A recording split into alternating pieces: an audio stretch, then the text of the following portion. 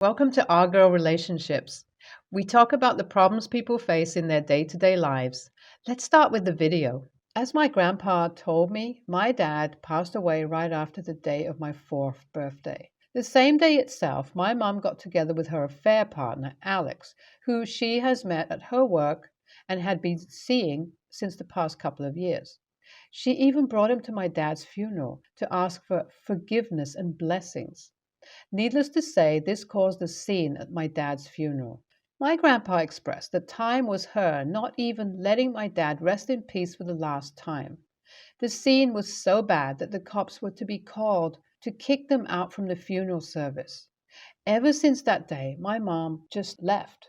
She never came back, not to get her things or to get me, and after everything she had done at my dad's funeral, my grandparents, or any of my relatives for that matter of fact, didn't bother to even reach out to her. So my mom and dad's side of the family started to raise me together. And honestly, I feel so proud to say this because with my condition, my family never made me feel like I didn't have my own parents. It was like no matter what relative I was living at, I was made to feel like I belonged, like I was meant to be here and wasn't just some outsider. My mom didn't completely disappear from my life, though. In the span of 17 years, she had popped up twice. Once to update us that she was alive and well, meaning to show us a picture of her new family, and the other time, well, to wish me a happy birthday on my 10th birthday. I still remember the call that we had. It was so awkward and weird. It was like I knew who I was talking to, but at the same time, that person was a complete stranger to me. I guess she figured that too and decided to leave me alone because ever since then, she never contacted me or any of my family. Well, I grew up this way without even realizing that I didn't have a mom or dad because of how much love I was showered with. And I feel blessed to have the privilege to go through a good school and degree college. Regardless of what their financial condition was, my family made sure to give me the best of what they had. So, with all this love, support, and care, as well as opportunities, I am blessed to get into a good college and complete my degree in a field that pays me extremely well. So, I moved houses into another different city after graduation with my now girlfriend, Mina. We've been dating for about 5 years now and have had a beautiful relationship. Well, enough of context and now onto the issue. This week was no different. My girlfriend and I went about our week at work and other activities we usually do together until the weekend rolled around and my girlfriend showed me her Facebook account where she has her friend request page opened, and I was absolutely shocked as I saw her page flooding with requests from my mom and her family. It was almost suspicious to me, but she told me that she just wanted to ask me what I wanted her to do with these requests, to which I just responded to reject them, which she did. So I just moved on from that, thinking it was just another pathetic attempt from my mom to get in contact with me or show off her family, but boy, was that not it. Another week passed since this thing happened, and this time I saw my Facebook being flooded with requests from the same people who had requested my girlfriend. But this time, these requests were accompanied by a message request, and the message was from none other than, drum rolls please, my pathetic excuse of a mom. I had a disgusting feeling in my stomach as I saw the request. I wasn't even in the mood or headset to want to open it because she had buttered my mood just by messaging me. But of course, curiosity got the best of me, and I decided to, for once, open her message, and boy, was it full of spam. I sat there, scrolling for about a couple of minutes as I reached to the very message she sent me. It started off from her asking me how I was, and slowly it progressed to her giving me a long, detailed update about her life, which I was least interested about. But for this post, it basically said that she had 4 kids ever since she left, and Alex has left her about a year back for another woman. I continued to scroll down, and she was talking about how she wanted to reconnect, how she was thinking about me ever since Alex left her because it made her rethink about her mistakes. Her remorse immediately made me suspicious. I just continued to read, and there I had it. Her confessing to me that she was pregnant once again with her boss's baby. I literally felt a pit in my stomach as I read that sentence. I kept my phone down for a second before picking it up again to read the rest of the text. And needless to say, the rest of the text just talked about her demand for money. I was enraged as soon as I read the paragraph and wrote her a simple paragraph wherein I explained it to her, plain and simple, that I wasn't going to help her even if I had the money, after everything she did to me. She started arguing with me over texts and I just couldn't keep it to myself. So I told my girlfriend and family about it, who were all on my side initially, but after hearing that she was pregnant, they all kind of became dicey. So I'm stuck in the middle and really need some advice. What should I do here? AITA? I received yet another message today, but it wasn't from my mom. It was from David, her son. David introduced himself as my mom's youngest son and asked me if we could meet since he wanted to talk about this situation. David seems like a pretty normal guy with a normal family, so we have decided on a time to meet up. As for my mom, she's slowly trying to visit, call, message all of my dad's and her side of the family, and everyone has started to deny her of help because, of course, if you literally ghost everyone you've ever known from your life just to return and ask for help, no one is going to. I guess now that they're all being faced with this situation, suddenly everything is easy to judge.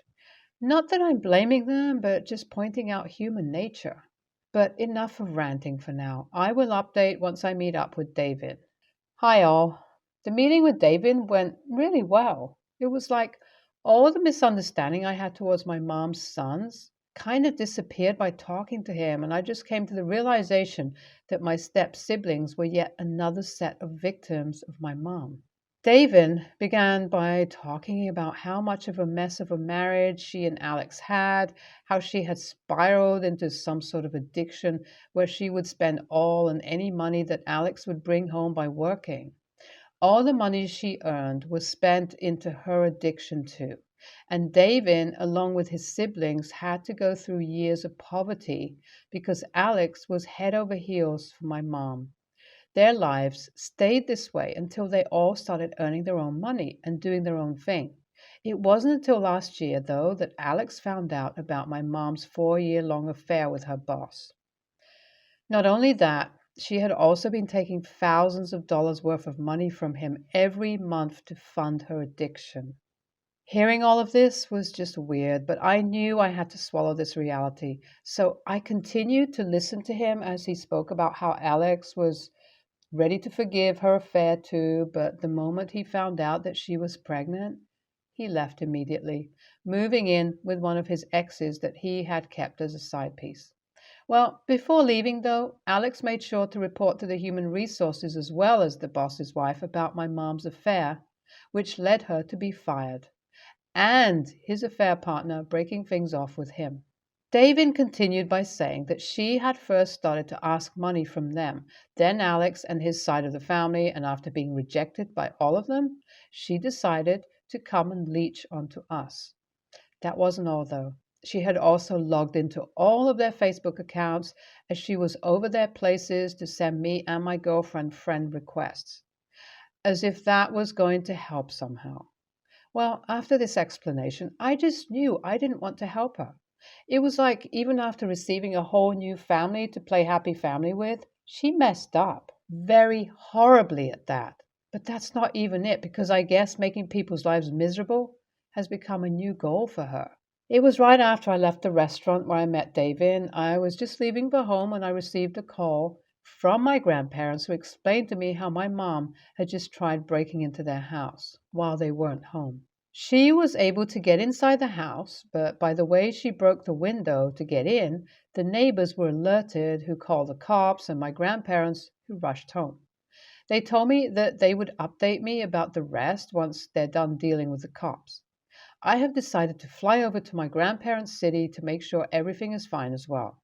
I will most likely be posting a final update soon, so stay tuned for that. Hi all, here's the final update. My mom was arrested by the cops for breaking into my grandparents' place. They decided to press charges because they knew if she was left to wander around, she would definitely do worse things. According to my grandparents, it's almost like my mom has lost her state of mind because all she seems to talk about is money. She threw a huge fit in front of the cops as they arrested her. She's under police custody currently, and as far as I've been told, she'll definitely be facing jail time for the break in. As soon as I reached there and heard all of this, I was pretty weirded out.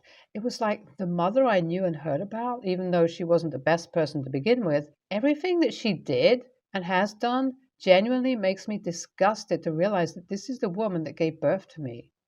I mean, how can a person just be so toxic? So much so that they ruin the lives of multiple people around them. It is truly heartbreaking, but regardless, I can happily say that she is once again out of our lives, and this time forever and for good. Thank you all. NTA, your mom is a horrible excuse of a mother and should have taken away the title of mom away from her. After reading everything she's done with you, I wouldn't be surprised if she has treated her other children just as horribly. NTA, after everything she did to you, you don't owe her crap. Pregnant or not, she is a horrible person, period. I, 28 male, have been with my wife, 29 female, for 7 years. I love her with all my heart, but I am really upset with her right now. A little over a year ago, my wife announced that she was pregnant. I'm not going to lie, I wasn't jumping for joy at the idea of being a father. She was on the pill and, to my knowledge, took it perfectly. But I guess we fell into that 1% where birth controls fail. I suggested abortion, but she wanted to keep the baby, so we went through with the pregnancy. My whole view has changed now that my son, 5 months old now, is here. All of my worries and apprehensions melted away the first time I held him. However, I realized very quickly that my wife was not doing her share of childcare. We both WFH, but I am the only one who gets up when he's crying to feed, change, and soothe him. She didn't want to breastfeed, which is totally fine, but she has only fed him a handful of times in the past 5 months. She refuses to get up at night, so all of his nighttime care is on me. I can count on one hand the amount of diapers she has changed. I was lenient at first because I understand birth is very taxing on the body and can be traumatic, but I have seen no improvement in the past 5 months, despite talking to her multiple times and telling her I need help. I'm exhausted. When I bring it up, she'll say she'll try harder, but she never does. Obviously, PPD and other such mental health issues were an immediate concern, but all of the doctors we went to said she doesn't fit the criteria. She loves our son, cuddles him, and plays with him, but doesn't do any of the hard work like feeding and diaper changes. She has not gotten up at night a single time. I reached the end of my rope today when my son would not stop crying. I was doing my best to soothe him, and my wife had the audacity to look up from the TV and complain that he was being too loud and to take him in another room. I'm ashamed to admit, but I yelled at her and told her she's being a horrible mother. She was deeply upset by this and went to stay with her parents, leaving me and my son at home. Now she's calling me an AH and has my in laws texting and calling me to tell me how much of an AH I am. I'm just so tired. I feel like a single parent. I do feel bad because I know what I said was mean, but I am also so angry that she's enjoying the good parts of parenting while I'm stuck with the hard parts. She goes out with friends and does fun things and partakes in her hobbies while I stay home with our baby. I have not gotten a day to myself in 5 months. AITA? She has nothing medically wrong with her, mental, physical, or otherwise. NTA, her reaction upon being called a bad mom was to leave you and the baby alone? I think she basically proved your point. If she truly does not have anything wrong with her, then she's just a horrible mother and maybe you should consider getting full custody. NTA, in all honesty, if you were to switch you and your wife in this tale, it would be an extremely typical story of what many women experience with their husbands postpartum, which would in turn trigger a unanimous husband is the a-hole. It hits hard seeing a mother act this way. Why WBTA if she was experiencing PPD, but you appear to be fully on top of that and have excluded it, which is valuable information? Honestly, I wish you the best.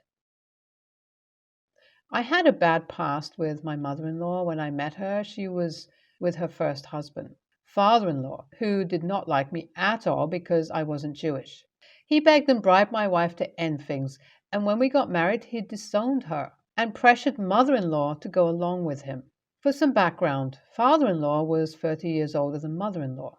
She hadn't worked since she met him and had a classic lit degree, which she had only got to look for a husband and had no idea how she would use it if crap hit the fan. They had a very traditional marriage where he was head of the household, but he also treated her very well. For the most part, gave in to her, and she was in no way afraid of him, so I fully blame her for disowning her daughter. Father-in-law died during the estrangement. Mother-in-law reached out years later when she was remarried and wanted to mend things. She claimed that she didn't want to disown her daughter, but he pressured her. Then she didn't reach out when he died because she was embarrassed. She said she is a different person now and wants to fix things. To be honest, I don't think she is a different person. I just think she is rich from father-in-law dying and now has nothing to lose. She is still money obsessed, in deep denial, and performatively Jewish when she wants to be. I really don't want her around my daughter, but agreed to compromise with my wife. Recently, we got into a fight about the past, and mother in law said the exact words: I thought your father was wrong, but I wasn't going to be poor for anyone. I'm sorry. I wish I was a better person. That solidified everything I thought about her. Anyway, our first child is named after my mom. Mother in law knows this and found out what we were planning on naming the child my wife is pregnant with. She burst into tears and said we will never forgive her. Her husband later sent us a text about we are really mean to her and what did we want her to do with an ironclad prenup and no career prospects. I texted back, I wasn't going to be poor for anyone, with a vomit emoji. My wife is now backtracking and saying her mom's name is such a common middle name and it's pretty. So why not just throw her a bone and use our original name with hers for the middle? I said no and no every time she brings it up. I just repeat, I wasn't going to be poor for anyone. Mother-in-law found this out and has been crying. A lot of people think I was too hard on her, and it's just a middle name. NTA, it's logical to not want to name your children after someone who prefers money over her own child.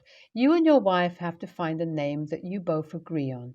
Middle name is still a part of the name. ESH, you are quick to judge and slow to empathize. Your mother-in-law told you exactly what kind of person she is, but it doesn't follow that she is a bad or irredeemable person. I can think of several reasons based on religion, social status, family, culture, age, as well as money, why she would choose to stay with her husband. Do I respect or even like people like her? No. But I do know there are a myriad of reasons why people choose to stay with abusive, controlling spouses, and few of them make the victim an a-hole. I can't even blame your mother-in-law for choosing money. I've been poor. It sucks. I don't know that I would choose money over adult children, but I don't really blame her. Unless y'all were planning on stepping up and supporting her, she made the choice necessary to take care of her best interests. Venal and mercenary, but not beyond redemption. As for the name thing, that's just manipulative and a red herring. Ignore it. Talk with your wife about what she wants as a relationship with her mom going forward and develop a plan so you all are on the same page. If mother-in-law can prove she has changed and wants a second chance, then give her that chance. Your wife deserves a chance to have her mother back, and if mother-in-law fails, then you all can go NC with a clear conscience. NTA, but this is more your wife's issue than yours. Mother-in-law hurt you, but not as badly as she hurt her daughter. I think you should listen more to your wife.